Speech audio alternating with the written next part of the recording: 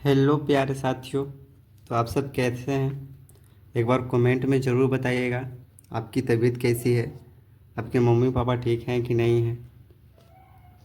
तो चलिए, हमारा सबसे पहला नंबर क्वेश्चन स्टार्ट होता है रियल नंबर का, वास्तविक संख्या 1.3 का, एक्सरसाइज 1.3 का। कि सिद्ध करें कि √5 एक अपरिमेय संख्या क्या है? अपरिमेय संख्या है। क्या सिद्ध करना है? कि √5 एक अपरिमेय संख्या है। तो जब हमको ऐसा क्वेश्चन है ना कि सिद्ध करके √5 एक अपरिमेय संख्या है, √2 एक अपरिमेय संख्या है, 2 प्लस √2 एक अपरिमेय संख्या है। तो जब भी अपरिमेय संख्या होता है तो पहले आप लोग को ये मालूम होना चाहिए कि परिमेय संख्या है क्या। परिमेय संख्या, अपरिमेय संख्या, साथ में परिमेय संख्या, क्या परिमेय संख्या, अपरिमेय संख्या क्या है, पहले पूरा डिफाइन मालूम होना चाहिए, डेफिनेशन सबका मालूम होना चाहिए। तो यदि आपको परिमेय संख्या, अपरिमेय संख्या मालूम करनी है तो हमारे पीछे वाले वीडियो में जाएं और पूरा बेसिक और टोटल फार्मूला उस वीडियो में हम बता चुके हैं, तो आप जाके वहाँ पे देख सकते हैं। तो हमारा फर्स्ट नंबर क्वेश्चन स्टार्ट होता है, क्या होता है कि सिद्ध करें कि √5 एक अपरिमेय संख्या, क्या अपरिमेय संख्या है। तो हम लोग क्या मान लेते हैं, जब भी क्वेश्चन में बोलेगा ना कि सिद्ध करें कि √5 एक अपरिमेय संख्या है, तो इसका अपोजिट मान लेते हैं, उल्टा मान लेते हैं परिमेय संख्या। तो हम लोग मान लेंगे कि माना कि क्या मान लेंगे हम लोग, तो माना कि √5 एक परिमेय संख्या क्या है, परिमेय संख्या है। और जब हम लोग परिमेय संख्या मान लेते हैं तो परिमेय संख्या का रूल क्या होता है, तो P/Q को परिमेय संख्या बोलते हैं। क्या बोलते हैं? √5 इक्वल्स टू P/Q, जहाँ क्या, जहाँ P और Q का उभयनिष्ठ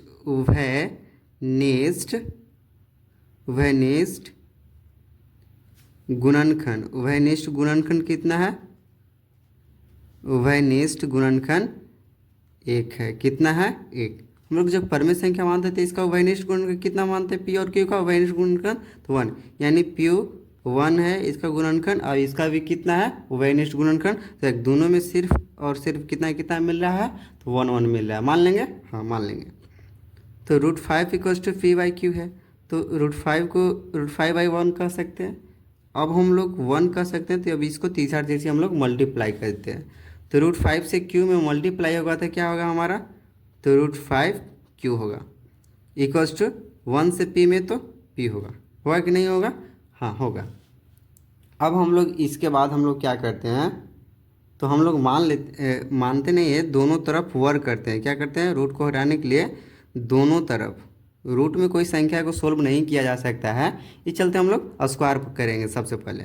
तो दोनों तरफ वर्ग करने पे, क्या करने पे?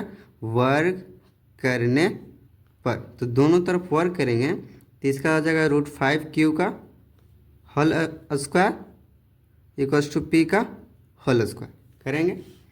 तो √5Q का होल स्क्वायर कितना होगा? तो रूट होल स्क्वायर करने का मतलब वही गुने वही 2 बार, यानी √5 इंटू Q, √5 इंटू Q 2 बार। तो ये हो जाएगा 25 √25Q square equals to P square. और √5 जब हमारा है √25 है, तो 25 रूट में से कितना निकलता है? तो 5 निकलता है। कितना निकलता है? तो 5Q square equals to P square. होता है कि नहीं होता? हाँ। अब इधर 5Q स्क्वायर के साथ क्या में है? गुणा में है, तो इधर आके क्या हो जाएगा? भागा में। तो Q square equals to P का स्क्वायर बाई 5, ये होगा हमारा। इसको क्या मान लेंगे हम लोग? तो समीकरण फर्स्ट क्या मान लेंगे? Equation first. कोई दिक्कत है यहाँ तक? नहीं। अब हम लोग यहाँ पे देखेंगे कि P स्क्वायर को 5 विभाजित कर रहा है कि नहीं कर रहा है? हाँ, कर रहा है। तो लिखेंगे हम लोग हिंदी में, क्या लिखेंगे कि चूंकि P स्क्वायर को 5 विभाजित करता है। बटा में करने का मतलब ये इसको भाग दे रहा है। बटा में करने का मतलब कि पी स्क्वायर को 5 विभाजित ही ना कर रहा है, तो हाँ कर रहा है, यानी पी स्क्वायर को 5 क्या कर रहा है, विभाजित करता है। इसलिए क्या, इसलिए पी को भी 5 क्या करेगा, विभाजित करेगा। करेगा कि नहीं करेगा, तो हाँ करेगा, कोई दिक्कत है नहीं। तो हम लोग इसको क्या मान लेंगे, इक्वेशन 2 मान लेंगे। समझने के लिए इक्वेशन क्या मान लेंगे, 2, कुछ नाम देते हैं इक्वेशन 2। इसके बाद हम लोग क्या करते हैं, अब आगे तो हम लोग फिर से मान लेते हैं कि माना कि क्या मान लेते हैं, माना कि P इक्वल्स टू 5m, क्या मान लेते हैं, P इक्वल्स टू 5m। अब क्या करेंगे हम लोग, तो P equals to 5m, P equals to 5m, पहले इसको मान लेना है फिर से कि माना कि P इक्वल्स टू 5m और P इक्वल्स टू 5m समीकरण फर्स्ट में रख देते हैं। क्या रख देते हैं, समीकरण फर्स्ट में रखने पर, क्या करने पर, समीकरण फर्स्ट में रखने पर। तो समीकरण फर्स्ट हमारा क्या था, तो Q का square equals to P square बटा 5, है कि नहीं है, हाँ है। तो हम लोग करेंगे क्या, Q का स्क्वायर इक्वल्स टू P का स्क्वायर बटा 5, Q square equals to P की जगह कितना रखें हम लोग, तो 5m, और इसका होल स्क्वायर है तो इसको भी क्या कर देंगे, होल स्क्वायर बटा 5 रहेगा। अब हम लोग यहाँ पे क्या लिखते हैं कि Q स्क्वायर 5m का होल स्क्वायर क्या होगा, तो 25m का होल स्क्वायर बटा 5 आएगा। और ये 5 से ये 25 5 बार में कटेगा, कटेगा कि नहीं कटेगा, तो हाँ कटेगा, यानी Q स्क्वायर इक्वल्स टू कितना बचेगा, तो यहाँ 5 बचा और m स्क्वायर बचा कि नहीं बचा, तो हाँ बचा। अब इधर हम लोग m स्क्वायर के इधर ही रखेंगे तो ये 5 कहाँ चल जाएगा, इधर आ जाएगा, और इधर ही इसके साथ गुना में तो इधर आके भागा में, यानी m स्क्वायर को हम लोग यहीं रखेंगे, m स्क्वायर को यहीं रखते हैं, तो 5 इधर गुना में, तो Q स्क्वायर बटा 5 इधर का आ जाएगा, भागा में आ जाएगा। यहाँ तक कोई दिक्कत है समझने में, नहीं ना। तो हमारा m square equals to Q square बटा 5 है कि नहीं है, हाँ। हम लोग यहाँ पे क्या देख रहे हैं कि Q स्क्वायर को 5 विभाजित कर रहा है कि नहीं कर रहा, तो हाँ, तो Q को भी 5 विभाजित करेगा। यानी कहने का मतलब कि चूंकि का साइन ऐसे होता है, ये ना लिखकर आप ये भी लिख सकते हैं। तो हम लोग क्या लिखेंगे कि Q स्क्वायर को 5 विभाजित करता है कि नहीं करता है, करता है। बटा में करने का मतलब इससे ये 5 इसको भाग ही दे रहा है ना, भाग दे रहा है कि नहीं दे रहा है, हाँ दे रहा है, तभी तो बटा में है। तो Q स्क्वायर को 5 विभाजित करता है, यानी जब करता है 5 Q स्क्वायर को, तो इसलिए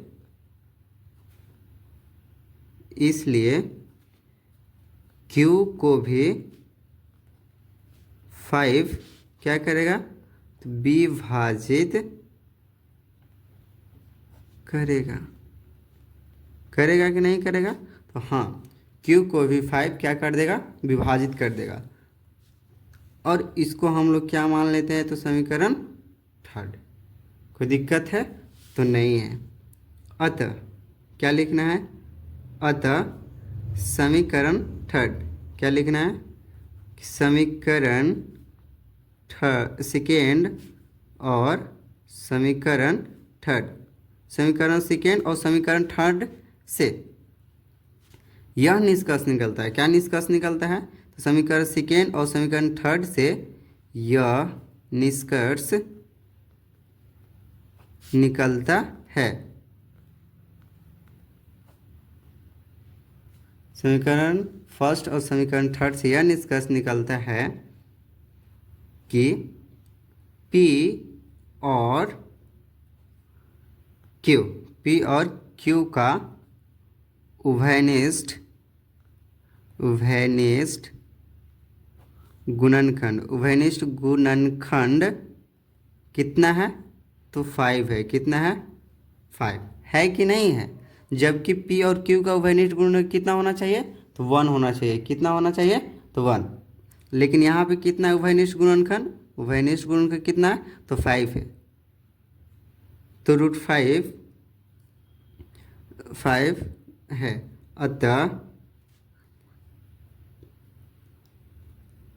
अतः हमारा मान्यता गलत है। क्या है? गलत है कि √5 एक परिमेय संख्या है। हमारा मान्यता गलत है कि नहीं है? कि √5 क्या है? एक परिमेय संख्या है ना? मान्यता गलत है ना? लिखेंगे यहाँ अतः ना लिख के इसलिए लिख देंगे, थोड़ा अच्छा लगेगा। इसलिए हमारा मान्यता गलत है कि √5 एक अपरिमेय संख्या है, बोलो परिमेय संख्या है। अतः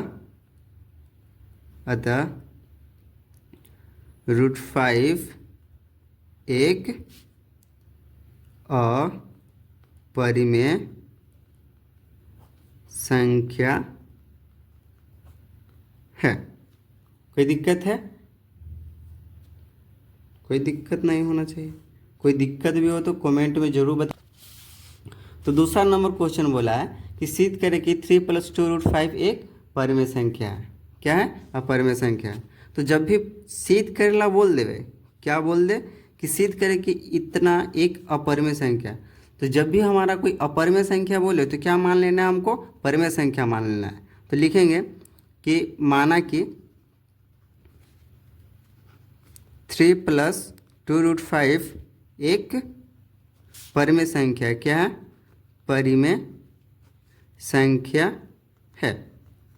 और जब हम मान लिए हैं कि 3 + 2√5 एक परिमेय संख्या, तो क्या होता है? जिसका उभयनिष्ठ गुणनखंड कितना होता है? 1 होता है। क्या होता है? लिख देंगे कि इसका उभयनिष्ठ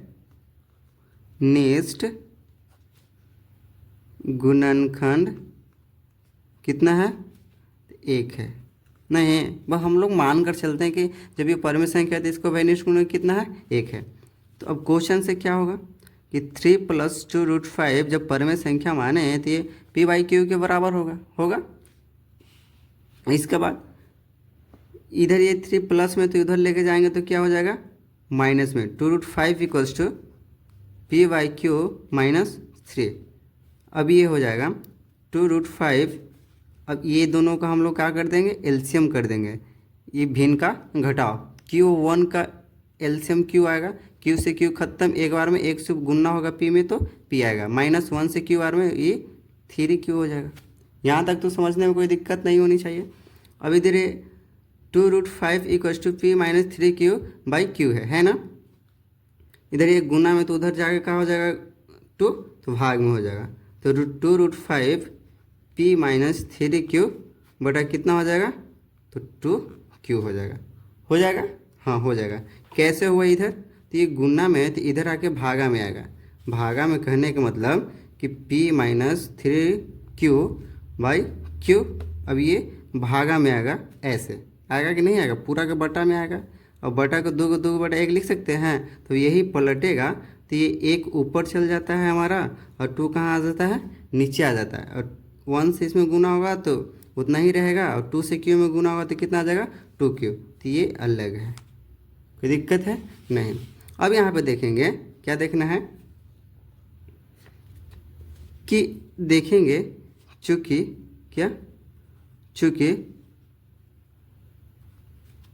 P - 3Q/2Q क्या है हमारा? तो एक परिमेय संख्या है। क्या है ये हमारा? तो P - 3Q/2Q क्या है? परिमेय संख्या है। जबकि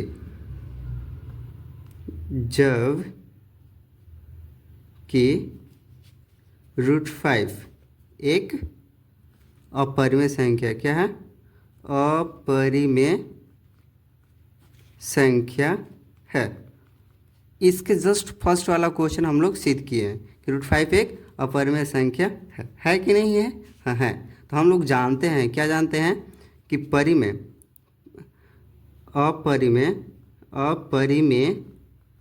बराबर नहीं होता है क्या, परिमेय। हम लोग जानते हैं कि नहीं जानते हैं? नहीं जानते हैं तो आप सभी से हमारा एक रिक्वेस्ट है कि पीछे वाला वीडियो में जाए, हमारा वीडियो देखे, तब पता चलेगा परिमेय अपरिमेय ये फार्मूला टोटल क्लियर हो जाएगा। तो परिमेय बराबर अपरिमेय नहीं होगा, यानी √5 नॉट इक्वल्स टू P-3Q/2Q होगा, जरूर होगा ना। √5 बराबर नहीं होगा P-3Q/2Q, सही है। तो हम लोग लिख देंगे, क्या लिख देंगे, अतः 3 + 2 √5 एक अपरिमेय संख्या है, परिमेय संख्या है। ओके, अब हम लोग चलते हैं 3 नंबर क्वेश्चन में। 3 नंबर क्वेश्चन क्या कह रहा है हमारा कि सिद्ध कीजिए कि निम्नलिखित संख्याएं अपरिमेय संख्या है। तीसरा का सिद्ध करना है कि निम्नलिखित यानी ढेरे माना संख्या है 2 3 4 ठो, और सिद्ध करना क्या है, अपरिमेय संख्या है। पहला हमारा तीसरा का फर्स्ट नंबर क्वेश्चन है कि 1/√2 क्या है, हमारा एक अपरिमेय संख्या है। तो हम क्या बोले हैं, क्या बोले हैं, जब भी हमारा अपरिमेय संख्या बोले तो उसको क्या मान लेना है, परिमेय संख्या। तो मान लेंगे हम लोग कि माना कि 1/√2 एक परिमेय संख्या, क्या है, परिमेय संख्या है। जब 1/√2 को हम लोग परिमेय संख्या मान लिए हैं तो हमारा क्या होगा, P/Q के बराबर होगा कि नहीं होगा? हाँ जरूर होगा। तो यहाँ पे देखते हैं, तीसरा तीर से मल्टीप्लाई करते हैं हम तो कितना आता है, तो √2P/Q है कि नहीं है? आता है, जरूर आता है। उसके बाद √2 को इधर ही रहने देंगे तो ये P गुना में तो इधर आके हमारा क्या हो जाएगा, P। ये नहीं समझना है कि P/Q है, Q/P है, क्या Q/P। और अभी जस्ट ऊपर ही हम लोग सोल्व किए हैं, क्या, अभी जस्ट हम लोग ऊपर सोल्व किए हैं, क्या सोल्व किए हैं कि ये √2 क्या है, हमारा एक अपरिमेय संख्या है। लिखेंगे कि चूंकि √2 नहीं, पहले Q/P एक परिमेय संख्या है, जबकि √2 एक अपरिमेय संख्या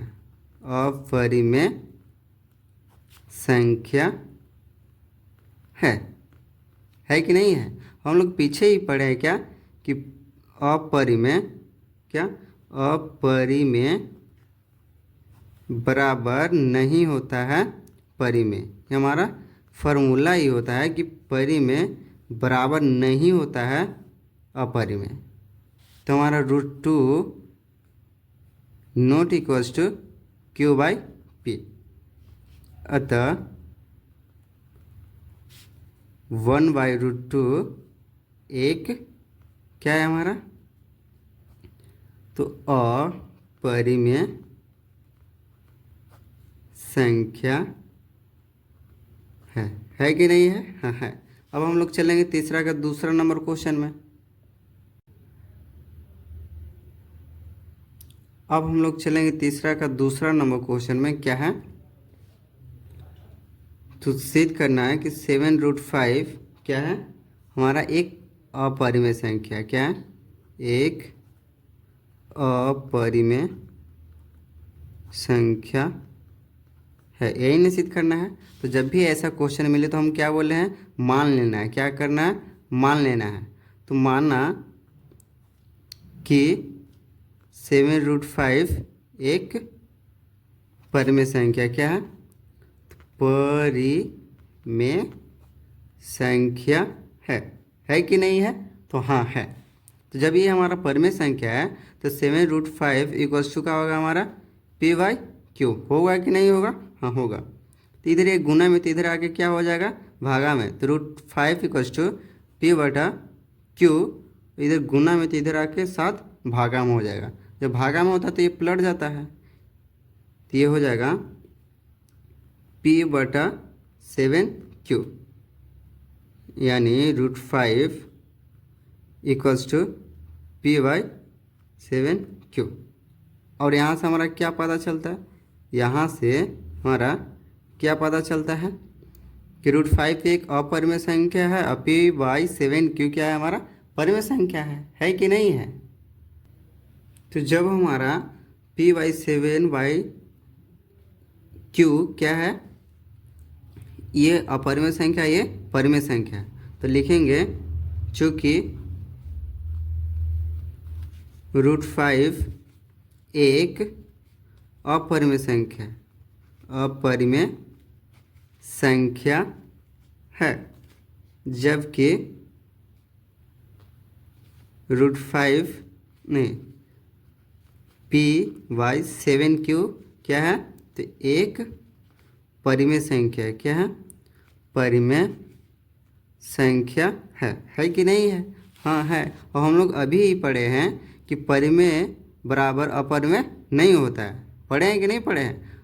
तो लिख देंगे कि √5 नॉट इक्वल्स टू P/7Q होगा कि नहीं होगा? हाँ, यानी इतना बराबर नहीं होगा 7 इतना। सही है, तो लिख देंगे इसलिए क्या? इसलिए 7√5 एक अपरिमेय संख्या है। ओके, अब हम लोग चलेंगे 3 नंबर क्वेश्चन में। 3 नंबर क्वेश्चन में क्या बोल रहा है कि सिद्ध करेंगे 6 + √2 हमारा क्या है? तो एक अपरिमेय संख्या है। तो ये सिद्ध नहीं होगा? होगा कि नहीं होगा? होगा तो कमेंट में जरूर बताएं। तो पहले ये हमको बोला है सिद्ध करने के लिए कि यह एक अपरिमेय संख्या, तो क्या बोलेंगे? तो मान लेंगे हम लोग, क्या करेंगे? मान लेंगे कि माना 6 + √2 एक परिमेय संख्या है। जब इसको मान लिए हैं परिमेय संख्या, तो 6 + √2 इक्वल्स टू क्या होता है हमारा? P/Q होता है कि नहीं होता है? जरूर होता है। अब ये प्लस में तो उधर जाके माइनस में, यानी √2 इक्वल्स टू P/Q - 6। अब √2 इक्वल्स टू Q, और इसका कुछ नहीं बटा में तो 1 ले सकते हैं। Q और 1 का एलसीएम Q आता है हमारा। Q से Q खत्म, एक बार में P से 1 में गुना करेंगे तो P आएगा। 1 से Q में Q बार, और 6 से Q में गुना करेंगे तो क्या होगा? 6Q आएगा। हाँ आएगा। अब हम यहाँ पे देखते हैं ऊपर वाले में क्वेश्चन में क्या कर लेते हैं कि √2 हमारा क्या था? अपरिमेय संख्या था कि नहीं था? जरूर। तो हम लोग लिखेंगे कि चूंकि √2 एक अपरिमेय संख्या है, जबकि P-6Q/Q क्या है? तो एक परिमेय संख्या है ना? जरूर है। और हम लोग क्या पढ़े हैं कि परिमेय बराबर नहीं होता है अपरिमेय। क्या? परिमेय बराबर नहीं होता है अपरिमेय संख्या। परिमेय संख्या बराबर नहीं होता है अपरिमेय संख्या होता है? तो नहीं होता है, यानी √2 not equals to P-6Q/Q। Okay, इसलिए क्या? इसलिए 6 + 2 √2 एक अपरिमेय संख्या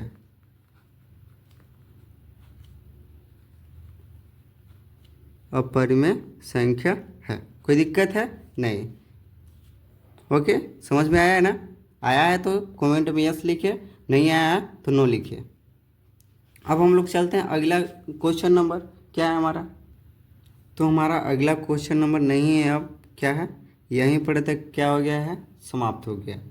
तो यहाँ तक यदि वीडियो समझ में आई होगी, यदि आपका लाभदायक हुआ होगा तो एक कमेंट जरूर कीजिएगा और लाइक कर दीजिएगा।